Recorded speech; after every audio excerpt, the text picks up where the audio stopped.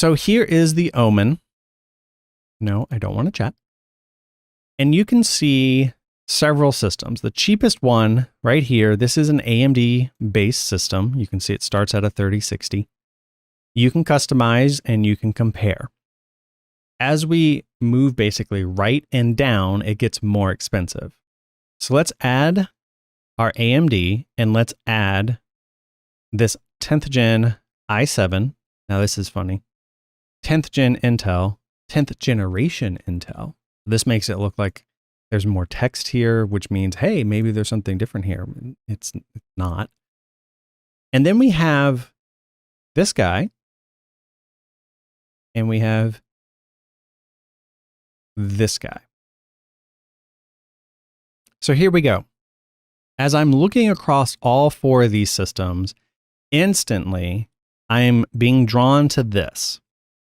There are no options here whatsoever. See this? You are locked in. So these are pre-configured. These are configured to ship.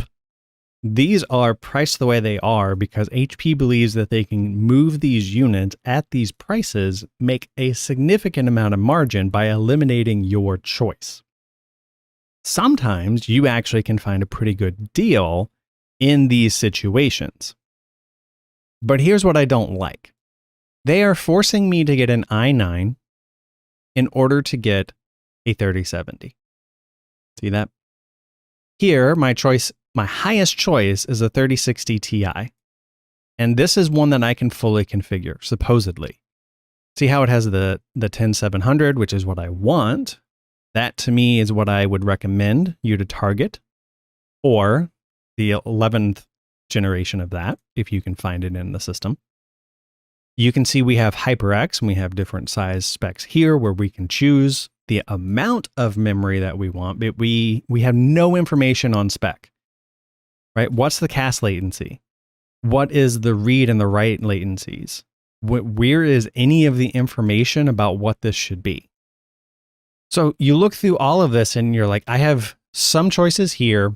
I have some potentially good deals here. And what they're trying to do is they are trying to get you to focus in on the graphics card. They want to sell you the 3070 or they want to sell you the 3080. So ultimately, that is what they want. Let's clear all of those. They want you to get this one or this one. And so now let's look at the comparison. By bumping up to the 3080, phenomenal card. I cannot disagree with that. But by pushing you into the 3080, they now give you the illusion of choice. They stick you still with the 10th generation CPU. See this? They don't give you any choice really in RAM, any choice really in NVMe spec. So they're giving you some, but not a lot. And they're not telling you here either, right? They're not telling you what fans, they're not telling you what type of liquid cooling. They're not telling you how many radiator spaces that this takes up. Now, all of those things might not be important. They could have designed this so well that it's immaterial. But if you're buying a K-class processor with liquid cooling and you're paying this amount of money, shouldn't you get the highest specs you can possibly get? I would say yes, you should. From an HP standpoint, I can't fault them. What they're trying to do is they are trying to nudge you into the higher class. That's going to give them more profit margin. And ultimately, that's going to help them, make more money and continue as a business. And they do that by limiting your choices for these kind of specials. Fine, everybody does that. And they nudge you towards the higher margin items by giving you this idea of a fake choice.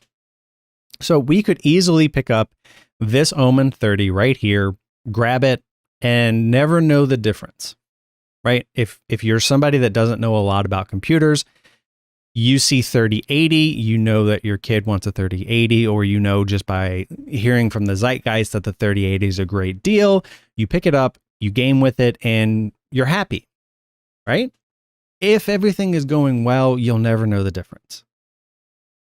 But the second that you dive into this a little bit more, you suddenly see there's some things that were left on the table here that I just didn't quite get what I was expecting.